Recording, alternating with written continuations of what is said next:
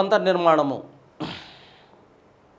యాక్చువల్గా భూమిలో మనకి భూమి అంతర్నిర్మాణం గురించి ఎప్పటి నుంచో శాస్త్రజ్ఞుల్లో ఒక అవగాహన ఉంది.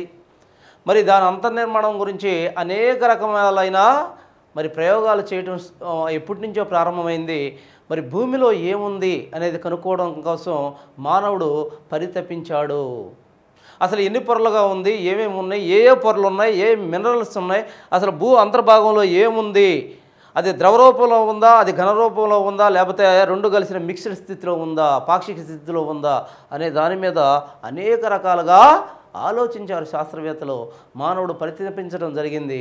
మరి దానిలో భాగంగా అనేక రకాలుగా ఎలా అధ్యయనం చేయాలి దీన్ని అనేది శాస్త్రజ్ఞులకి అంతుబట్టలేదు.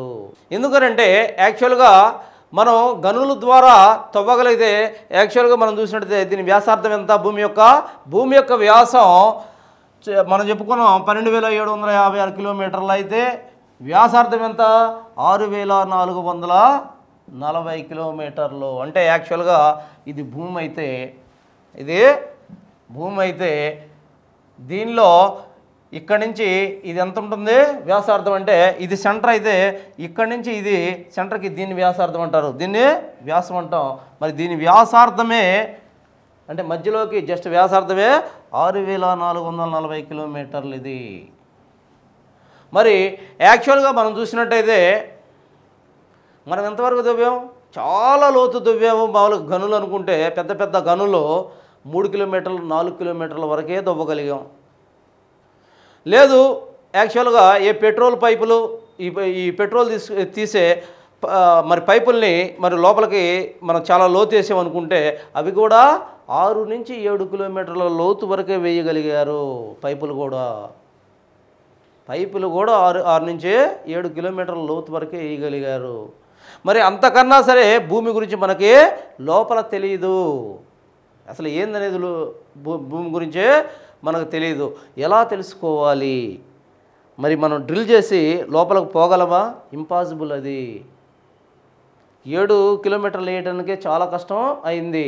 మరి అటువంటిది 6,440 కిలోమీటర్ల మరి వ్యాసార్థం కలిగిన భూమి యొక్క పొరలను ఏ విధంగా అధ్యయనం చేయాలో అర్థం కాలేదు శాస్త్రవేత్తలకి.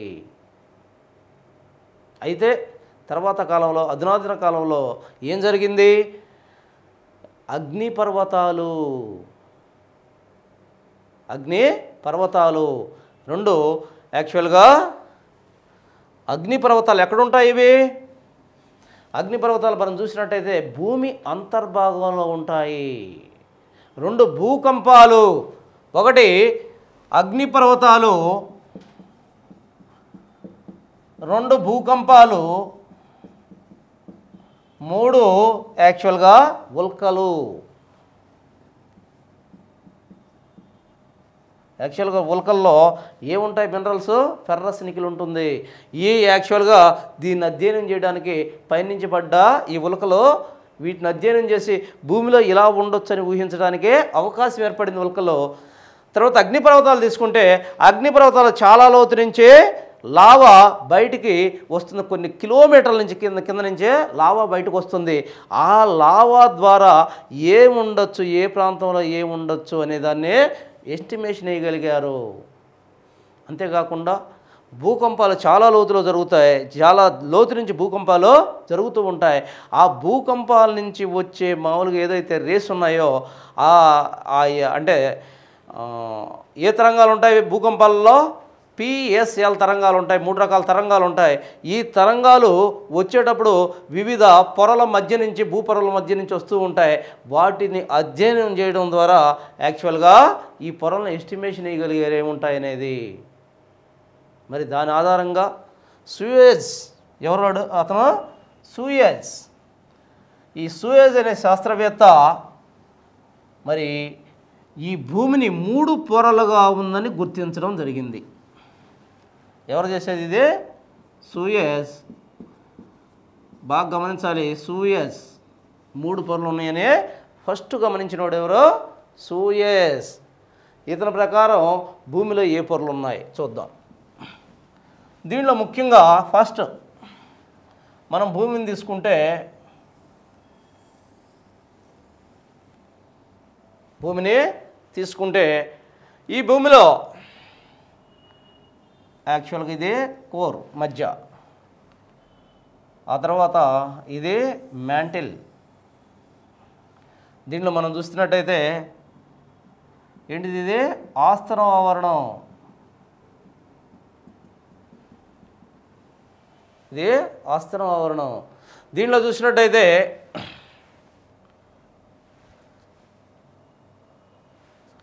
ఇది పైపొర.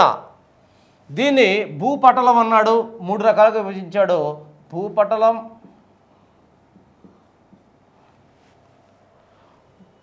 భూప్రావారం,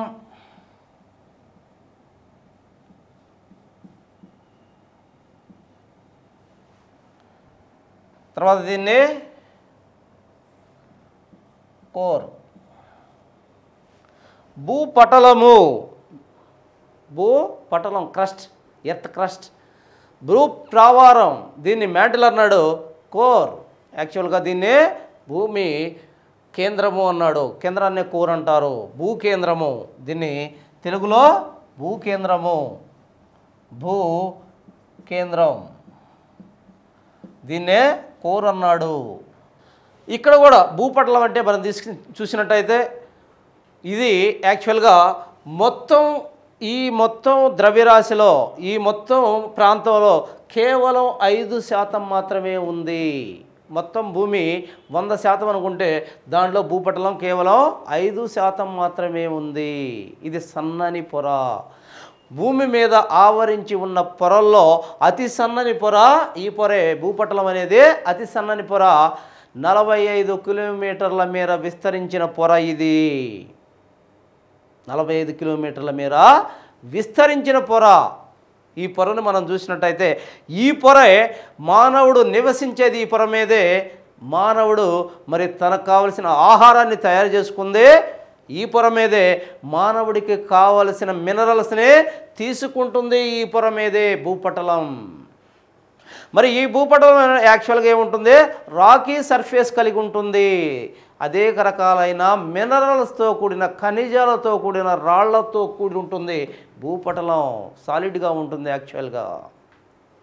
దీనిలో చూసినట్టయితే ఇది భూపటలం అనేది యాక్చువల్గా 2 రకాలుగా కనిపిస్తుంది. మనకు జాగ్రత్తగా గమనించాలి. భూపటలం 2 రకాలుగా కనిపిస్తుంది. ఏంటిది అది? ఒకటి వచ్చేసి యాక్చువల్గా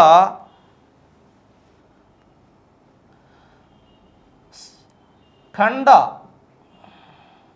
భూపటలం, సముద్ర భూపటలం. ఖండ భూపటలం, సముద్ర భూపటలం అంటే ఏంటి? ఖండ భూపటలం అంటే ఇప్పుడు మనం నివసించే నేల ఖండ ప్రాంతం అంటారు. సముద్ర భూపటలం అంటే సముద్రం కింద ఉండే భూప్రాంతాన్ని సముద్ర భూపటలం అంటారు.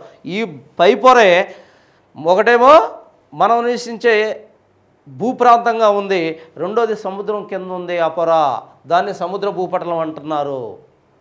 ఇక్కడ మనం జాగ్రత్తగా గమనించాలి. ఖండ భూపటలం, ఈ ఖండ భూపటలంలో మనం చూసినట్టయితే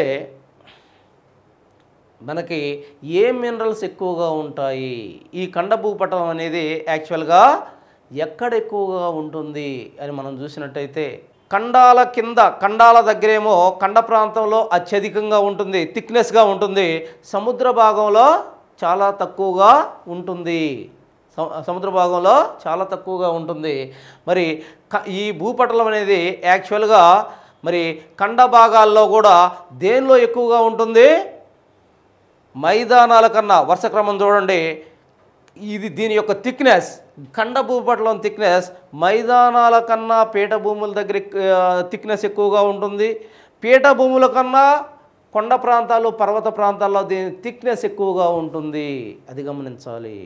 అంతేకాకుండా ఈ భూపటలం అనేది సముద్రం కింద చాలా లైట్గా కనిపిస్తుంది.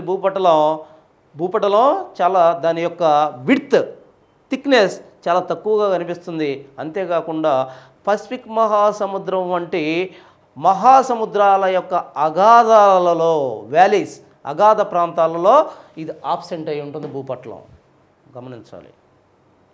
ఆ తర్వాత భూపటలాన్ని మనం 2గా విభజించాం, ఖండ భూపటలం అండ్ సముద్ర భూపటలం. ఖండ భూపటలంలో మనం చూసినట్టయితే ఏముంటాయి? ఖండ భూపటలంలో ఏముంటాయి? ఏ మినరల్స్ ఉంటాయి? సిలికాన్ అధికంగా ఉంటుంది, తర్వాత అల్యూమినియం అధికంగా ఉంటుంది. ఈ పొరలు యాక్చువల్గా భూపటలంలో 2 పొరలు చేసాం, ఖండ భూపటల పొర అండ్ సముద్ర భూపటల పొర. వీటిల్లో చూసినట్టయితే ఖండ భూపటల పొరలో సిలికాన్ ఎక్కువగా ఉంటుంది, అల్యూమినియం ఎక్కువగా ఉంటుంది. అందుకే దీన్ని సియాల్ పొర, సిలికాన్ అల్యూమినియం పొర, సియాల్ పొర అన్నారు. సిలికాను అల్యూమినియం పొర, సియాల్ పొర అన్నారు. ఆ తర్వాత మనం చూసినట్టయితే సముద్ర భూపటలంలో ఏవి ఎక్కువగా ఉంటాయి అని మనం చూసినట్టయితే దీనిలో సియాల్, మెగ్నీషియం ఎక్కువగా ఉంటుంది. అందుకని దీన్ని సీమా పొర అన్నారు. అది సియాల్ పొర, ఇది సీమా పొర. సిలికాన్, మెగ్నీషియం అధికంగా ఉంటాయి. సియాల్, సీమా పొర.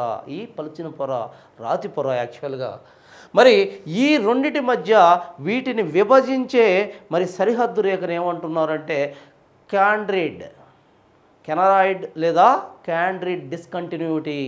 వీటి మధ్య, ఈ 2 పొరల మధ్యలో ఉండే డిస్కంటిన్యూటీ ఏమంటున్నారు? క్యాండ్రిడ్ డిస్కంటిన్యూటీ అంటారు. క్యాండ్రిడ్ డిస్కంటిన్యూటీ అంటారు. ఆ తర్వాత మనం చూసినట్టయితే ఇది భూపటలం గురించి మనం క్షుణ్ణంగా చూసాం. ఈ భూపటలంలో ఏమున్నాయి అనేది క్షుణ్ణంగా ఇచ్చేయడం జరిగింది. ఆ తర్వాత భూప్రావారము యాక్చువల్గా దీన్నంతా 45 కిలోమీటర్ల నుంచి 60 కిలోమీటర్ల వరకు అన్నాం. ఇక్కడ చూసినట్టయితే భూప్రావారం, ఈ భూప్రావారాన్ని మ్యాంటిల్ అంటున్నాం. యాక్చువల్గా ఇది మొత్తం భూపొరల్లో అతిపెద్ద పొర ఏది అంటే భూప్రావారమే, మ్యాంటిలే. మరి దీని యొక్క విడ్త్ ఎంత ఉంటుంది? విడ్త్ అంటే ఏం లేదు, దీన్ని ఏమంటారు? విడ్త్. ఈ విడ్త్ ఎంత ఉంటుందో తెలుసా? 2900 కిలోమీటర్లు ఉంటుంది. 2900 కిలోమీటర్స్తో ఇంత విడ్త్ ఉంటుంది, వెడల్పు ఉంది. మళ్ళీ యాక్చువల్గా ఇదైతే 3300 కిలోమీటర్లు ఉంటుంది, కానీ ఇది తక్కువ. ఇది చూడండి ఎంత ఉందో, ఇదే అతిపెద్ద పొర. మరి ఈ పొరలో మనం చూసినట్టయితే దీన్ని కూడా యాక్చువల్గా ప్రావారం. దీనిలో సాంద్రత ప్రకారం చూసినట్టయితే ఇక్కడ కరెక్ట్గా వేసుకోవాలి మీరు. సాంద్రత ప్రకారం చూసినట్టయితే భూపటలం మొత్తం ఎంత ఉంటుంది? 5% ఉంటుంది. ఈ సియాల్ ఖండ భూపటలం అనేది యాక్చువల్గా సాంద్రత ఎంత ఉంటుంది అని మనం చూసినట్టయితే 2.9 నుంచి 3% సాంద్రత ఉంటుంది. ఎందుకని? ఖండ భూపటలంలో ఎక్కువగా గ్రానైట్ శిలలు ఉంటాయి. గ్రానైట్ శిలలు అనే ఒక బరువైన శిలలు ఉంటాయి ఖండ భూపటలంలో.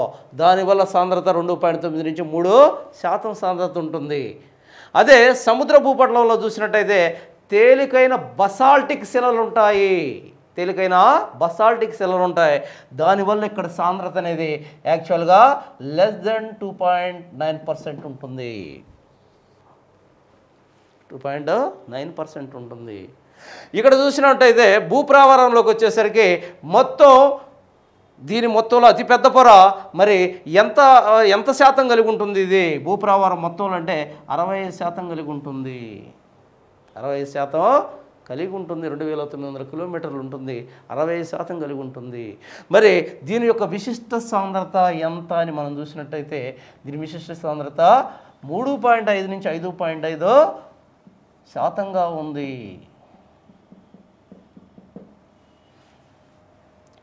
ఉంది. యాక్చువల్గా భూప్రవారాన్ని 2గా విభజిస్తుంది ఒక రేఖ. ఇది భూప్రవారం. దీన్ని చూడండి, ఇదేంది యాక్చువల్గా ఇదే జెల్లీ లాంటి పదార్థం. ఒక జెల్లీ లాంటి పదార్థం యాక్చువల్గా 90 కిలోమీటర్ల విడ్త్ ఉంటుంది. ఈ సన్నదే 90 కిలోమీటర్ల విడ్త్ ఉంటుంది. ఆ విడ్త్ ఉన్న ఈ జెల్లీ లాంటి పదార్థం దీన్ని 2గా విభజిస్తుంది. ఈ 2గా విభజిస్తున్న దీన్ని ఏమంటారు? ఆస్తనోస్పియర్, ఆస్తనో ఆవరణము.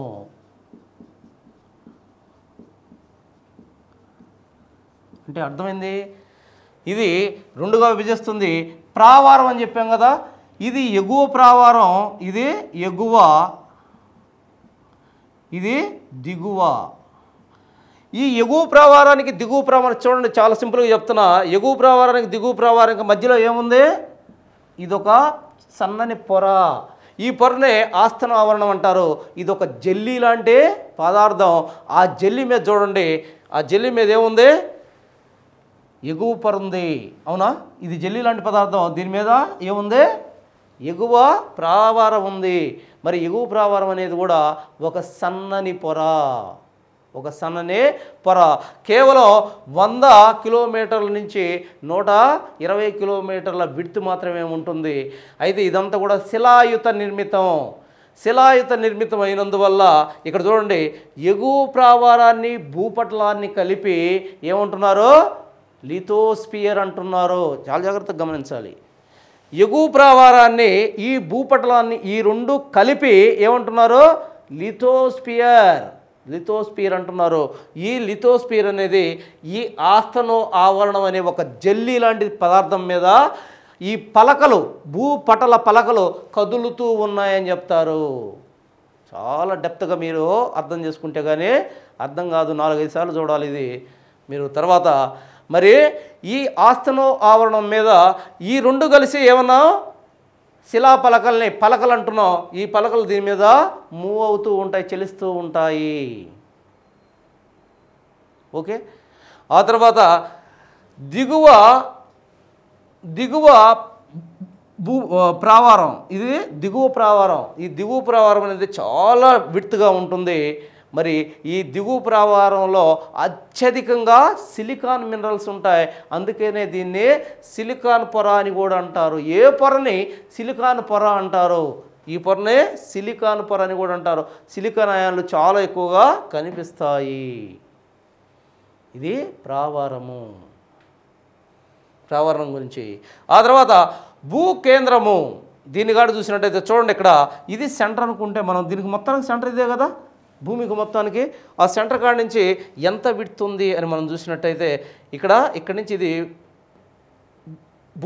అది ప్రావారం కిందకు వస్తుంది. ఇక్కడి నుంచి ఇదే యాక్చువల్గా కేంద్రం, మరి భూకేంద్రం. ఈ భూకేంద్రం కాడ నుంచి చూసినట్టయితే ఇది 3300 కిలోమీటర్ల విడ్త్ ఉంది, మందం కలిగి ఉంది. 3300 కిలోమీటర్ల మందం కలిగి ఉంది. అంతేకాకుండా ఇది చాలా లోపలికి వెళ్ళే కొంది చాలా తిక్కుగా ఉంది, చాలా తిక్కుగా ఉంది. మరి దీనిలో మనం చూసినట్టయితే దీనిలో వాస్తవంగా మరి 3 యాక్చువల్గా ఇక్కడ చూద్దాం. ఫస్ట్ భూప్రావారానికి కేంద్రానికి మధ్యలో ఉన్న ఈ గీత ఉంది చూసారా? అంటే ఈ రెండు పొరల్ని వేరు చేస్తున్న ఒక గీత, దీనిని మొహరోవిక్ డిస్కంటిన్యూటీ అంటారు. ఇందాక 3 డిస్కంటిన్యూటీలో ఒకటి కాండ్రేడ్ డిస్కంటిన్యూటీ, మెహరోవిక్, 3 గుటెన్బర్గ్.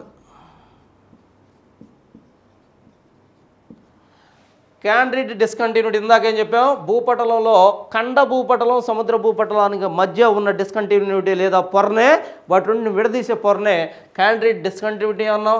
ఇక్కడ భూ ప్రావారానికి యాక్చువల్గా భూ కేంద్రానికి మధ్య, ఇది ప్రావారం, ఇదే కేంద్రం, ఈ రెండింటికి మధ్య ఉన్న ఈ గీత ఉంది చూసారా?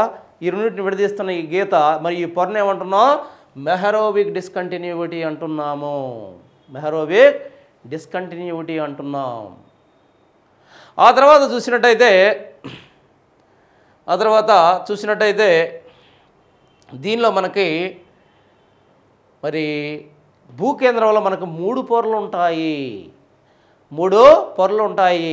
ఎగువ భూకేంద్రం, మధ్య భూకేంద్రం, మరి దిగువ భూకేంద్రం అనే 3 పొరలు మనకు కనిపిస్తాయి.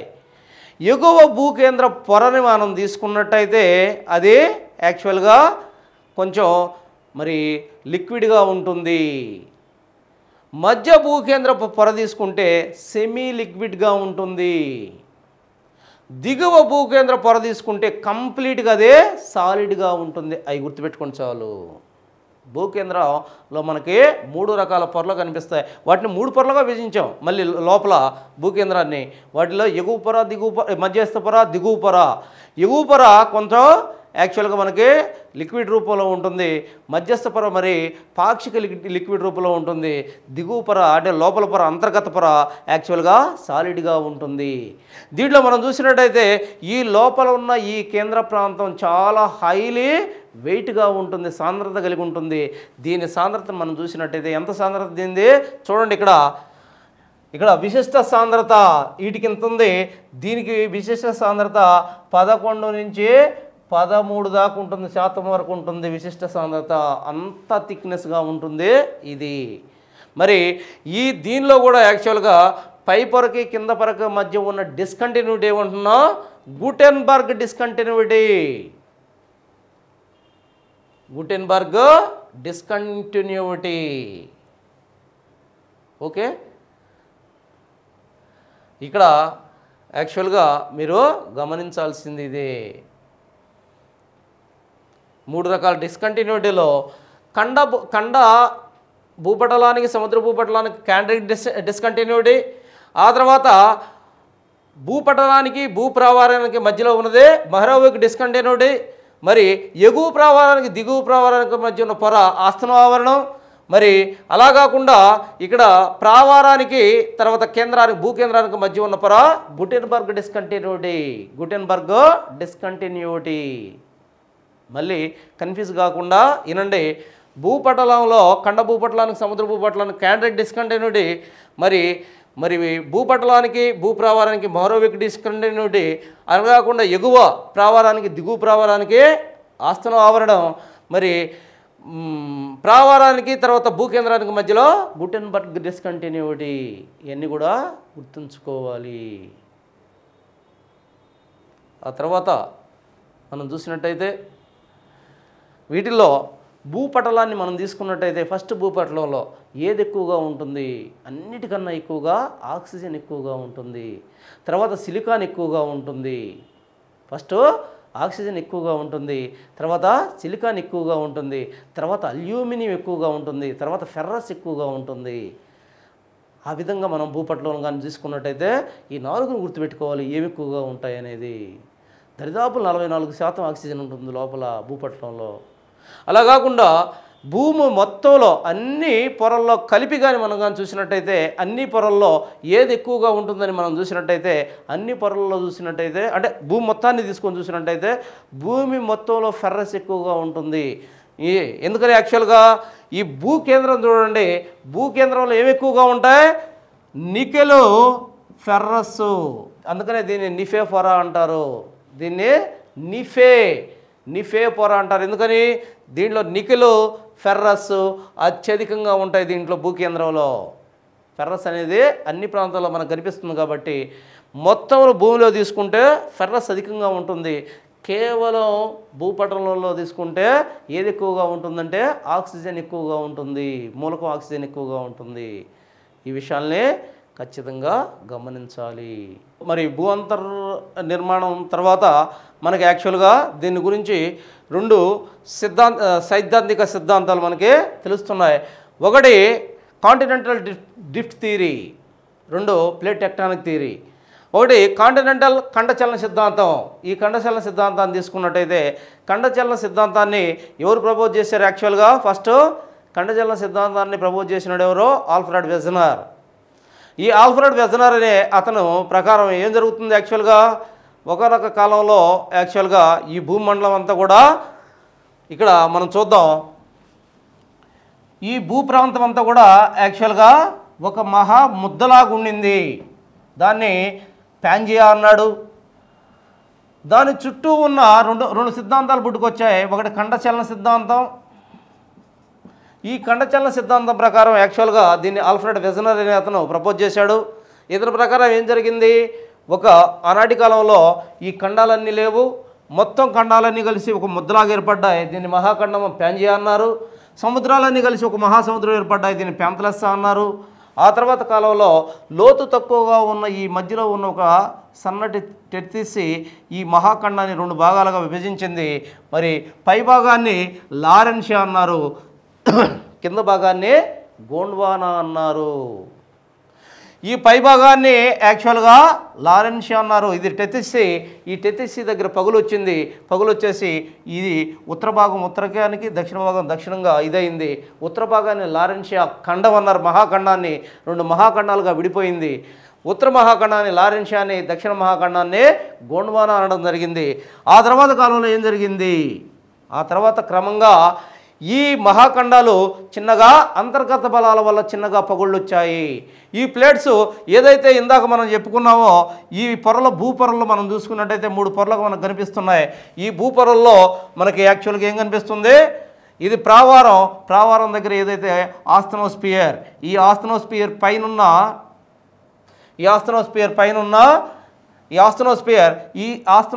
పైన ఉన్న ఈ మొత్తం భాగాన్ని మనం ఏమన్నాం?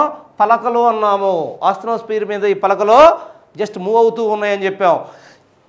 ఈ పలకలు యాక్చువల్గా ఆస్థనోస్పియర్ మీద మూవ్ అవుతున్నప్పుడు మరి ఇవి చిన్నగా అంతర్గత బలాల వల్ల చిన్నగా పగిలి ఒకదానికొకటి విరిగిపోయి ఈ మహాపలక మరి ఇప్పుడున్న ఖండాలుగా 7 ఖండాలుగా విభజించబడ్డాయి.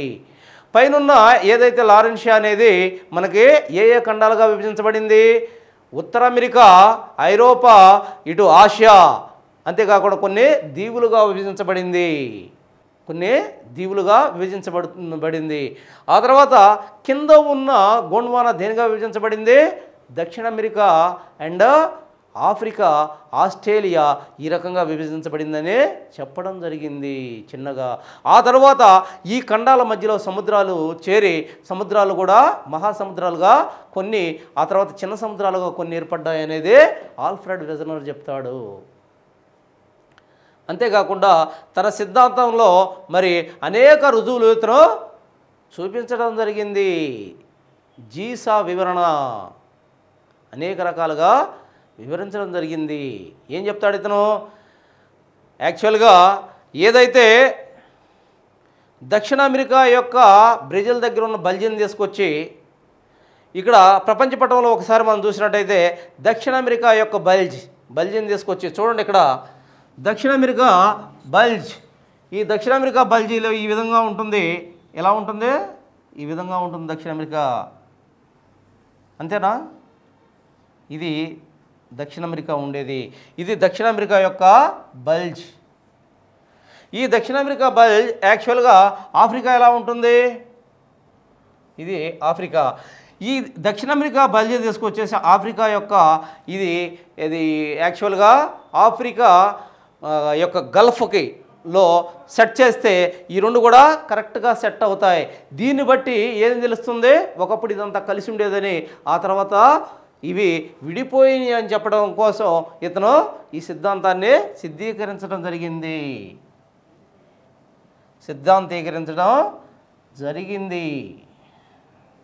సో దీన్ని కాంటినెంటల్ డ్రిఫ్ట్ థియరీ, ఖండచలన సిద్ధాంతం అంటారు.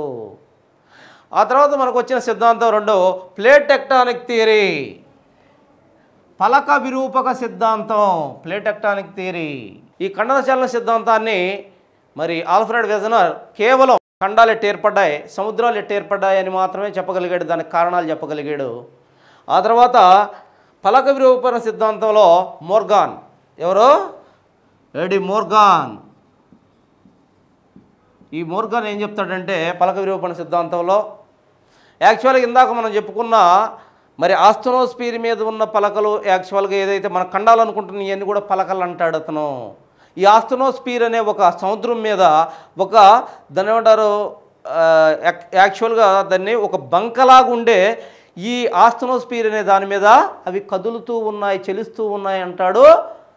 ఆ చెలించడం మనకు కనపట్లేదు, ఎందుకంటే భూమి కదులటం, భూమి 1800 కిలోమీటర్ల వేగంతో తిరుగుతుంటే యాక్చువల్గా సెకన్కి అదే మనకు కనపట్లేదు. మరి ఈ పలకలు చిన్నగా చెల్లిస్తున్నాయి, మరి అది ఎట్ట కనిపిస్తుంది అంటాడు మోర్గాన్.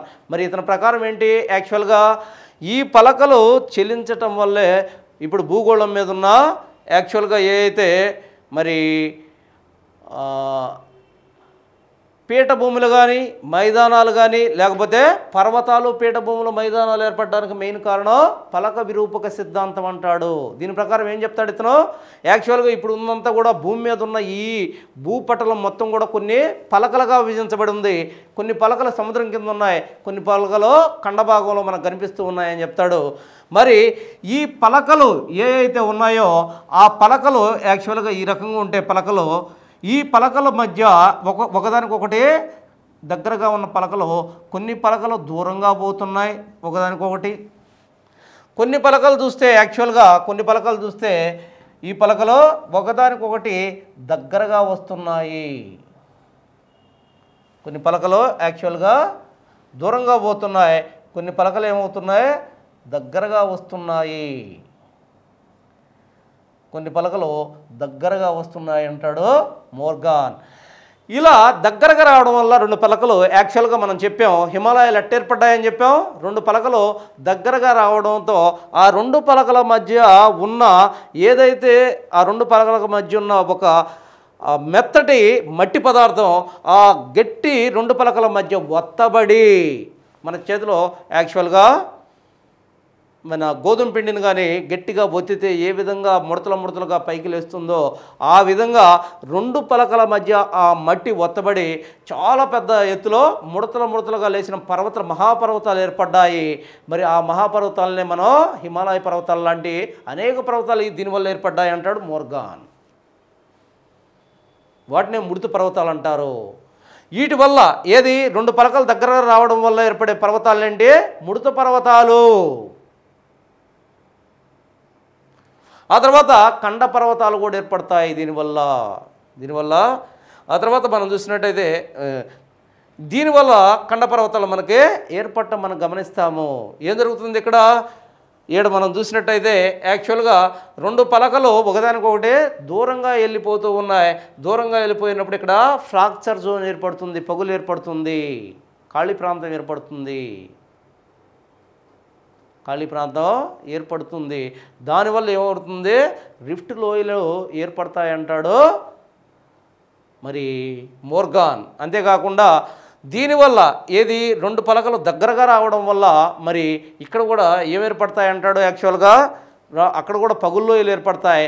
అంతేకాకుండా రెండు పలకలు ఒకదానికొకటి దగ్గరగా రావడం వల్ల ఒకదానికొకటి పైకి చేరడం వల్ల మరి ఏం ఏర్పడుతుంది ఆ ప్రాంతంలో మనకి? యాక్చువల్గా ఒక పలక ఇంకొక పలక మీద దగ్గరకు వచ్చినప్పుడు ఏదైతే సాంద్రత తక్కువగా ఉన్న పలక సాంద్రత ఎక్కువగా ఉన్న పలక మీదకి చేరడంతో ఏం ఏర్పడుతున్నాయి అక్కడ? మరి ఆ ప్రాంతంలో మనకి ఖండ పర్వతాలు ఏర్పడుతున్నాయి అంటాడు మోర్గాన్. ఖండచలన సిద్ధాంతం ఎవరు ప్రపోజ్ చేశారు? మరి ఖండచలన సిద్ధాంతం ఏం చెప్తుంది? ఖండచలన సిద్ధాంతం మరి ఖండాలు ఎట్ట ఏర్పడ్డాయి, మరి సముద్రాలు ఏ విధంగా ఏర్పడ్డాయి, ఒకప్పుడు మహాఖండం నుంచి ఇవి ఏ విధంగా ఏర్పడ్డాయని చెప్పేది మరి ఖండచలన సిద్ధాంతం. ఖండాలు తర్వాత కాలంలో చెల్లించాయి దూరంగా, దానివల్ల ఖండాలు ఏర్పడ్డాయని చెప్పింది ఖండచలన సిద్ధాంతం. దాన్ని యాక్చువల్గా ఆల్ఫ్రెడ్ వెజనర్ చెప్పాడు. ఆ తర్వాత పలక విరూపణ సిద్ధాంతం మనకేం చెప్తుంది?